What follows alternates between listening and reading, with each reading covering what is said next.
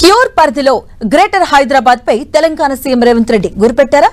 గత 4 రోజులుగా సీఎం రేవంత్ రెడ్డి చేస్తున్న వరుస శంకుస్థాపనలు, ప్రారంభోత్సవాల కార్యక్రమాల వెనుక అసలు స్కెచ్ అదనా? మిషన్ గ్రేటర్ హైదరాబాద్ లక్ష్యంగా సీఎం రేవంత్ రెడ్డి స్పీడ్ పెంచారా? Have a look.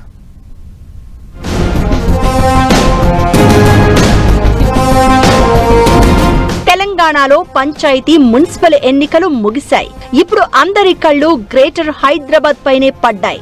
వచ్చే మున్సిపల్ ఎన్నికల్లో గ్రేటర్ హైదరాబాద్ పీఠాన్ని కైవసం చేసుకోవడమే లక్ష్యంగా సీఎం రేవంత్ రెడ్డి అధికార కాంగ్రెస్ పార్టీ ఇప్పటి నుంచే రూట్ మ్యాప్ సిద్ధం చేసుకున్నట్లు కనిపిస్తోంది. ఇందులో భాగమే గత 4 రోజులుగా ముఖ్యమంత్రి రేవంత్ రెడ్డి గ్రేటర్ పరిధిలో జరుపుతున్న సుడిగాలి పర్యటనలు, 100 కోట్ల అభివృద్ధి పనుల శంకుస్థాపనలు అని పొలిటికల్ సర్కిల్స్ లో జోరుగా చర్చ సాగుతోంది.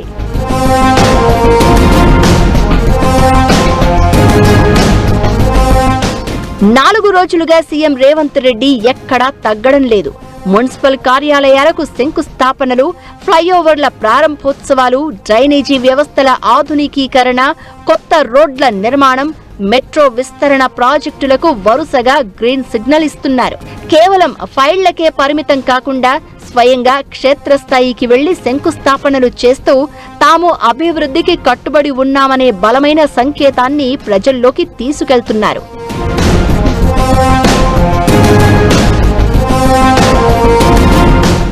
ఈ నెల 6న కోహెడలో 2284 కోట్ల రూపాయలతో 239 ఎకరాల్లో ఇంటిగ్రేటెడ్ ఫ్రూట్ మార్కెట్ భవనానికి, సబ్ రిజిస్టర్ ఆఫీస్ కాంప్లెక్స్ కు శంకుస్థాపన చేశారు.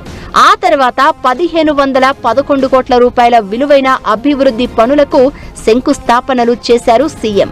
10 ఎకరాల్లో 98 కోట్లతో నిర్మించే మల్కాజ్గిరి మున్సిపల్ కార్పొరేషన్ భవన నిర్మాణం కోసం శంకుస్థాపన, 960 కోట్ల రూపాయలతో ఏఓసీ సెంటర్లో ప్రత్యామ్నాయ రోడ్ల నిర్మాణానికి శంకుస్థాపనలు చేశారు.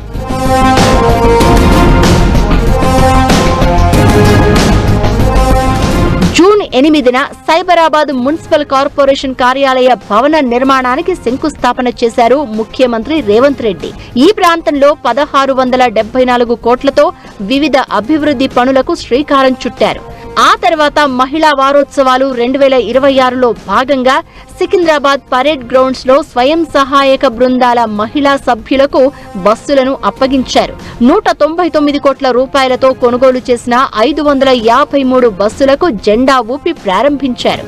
ఈ బస్సులను ఆర్టీసీలో లీజుకు తీసుకుంది సర్కార్.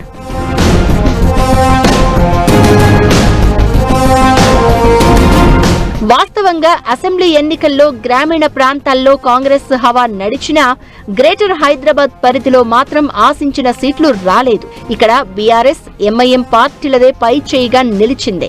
ఈ గ్యాప్ ను భర్తీ చేయడమే రేవంత్ రెడ్డి ప్రధాన వ్యూహం. నగరాభివృద్ధిపై తాము ప్రత్యేక శ్రద్ధ పెట్టామని నిరూపించడం ద్వారా నగర ఓటర్లను ఆకర్షించేందుకు సీఎం స్వయంగా రంగంలోకి దిగారని రాజకీయ విశ్లేషకులు అభిప్రాయపడుతున్నారు.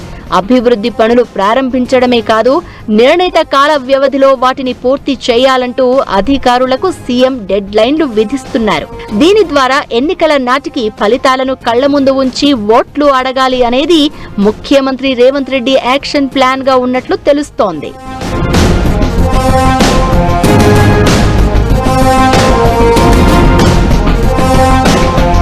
మొత్తానికి సీఎం రేవంత్ రెడ్డి వరుస శంకుస్థాపనల జోరుతో క్యూర్ పరిధిలోని గ్రేటర్ ఓటర్లను కాంగ్రెస్ తన వైపు తిప్పుకుంటుందా? మిషన్ గ్రేటర్ లో రేవంత్ రెడ్డి వ్యూహం ఎంతవరకు పారుతుంది అనేది వేచి చూడాలి.